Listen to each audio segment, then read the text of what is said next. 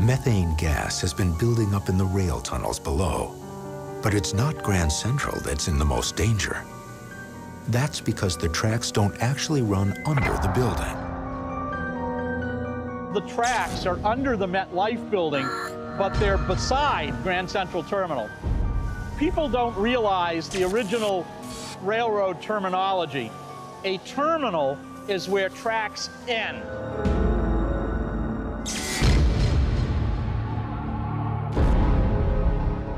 Now, in the tunnels below the MetLife building next door, other toxic fumes are mixing with the methane.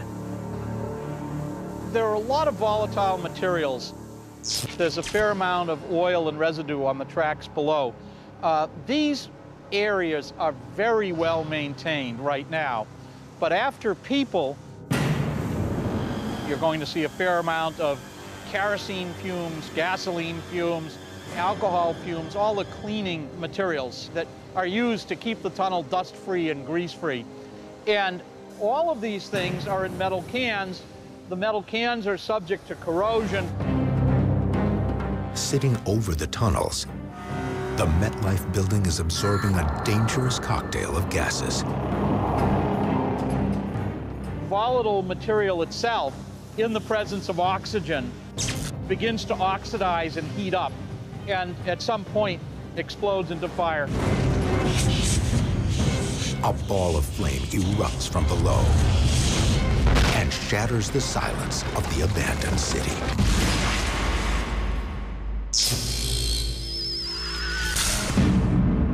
"350 miles to the south, the MetLife building is also falling to pieces.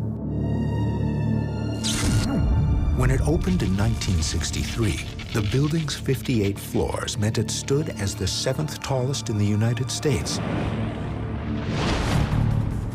But it will soon give up its place on Park Avenue. Because it's built in a rather exposed area, it's going to get more wind, it's going to get more rain than a typical New York City skyscraper. Already weakened by the methane explosion at its base, 6 decades of neglect have also assaulted the building's steel and glass facade. Death will come a piece at a time as sections of the framework peel away. This means the neighboring Grand Central building is in the line of fire. Grand Central Terminal has a near mortal enemy right next door. And I certainly expect to see sections of the facade of the MetLife building actually falling onto the roof. As glass and steel rain down, has Grand Central Terminal reached the end of the line?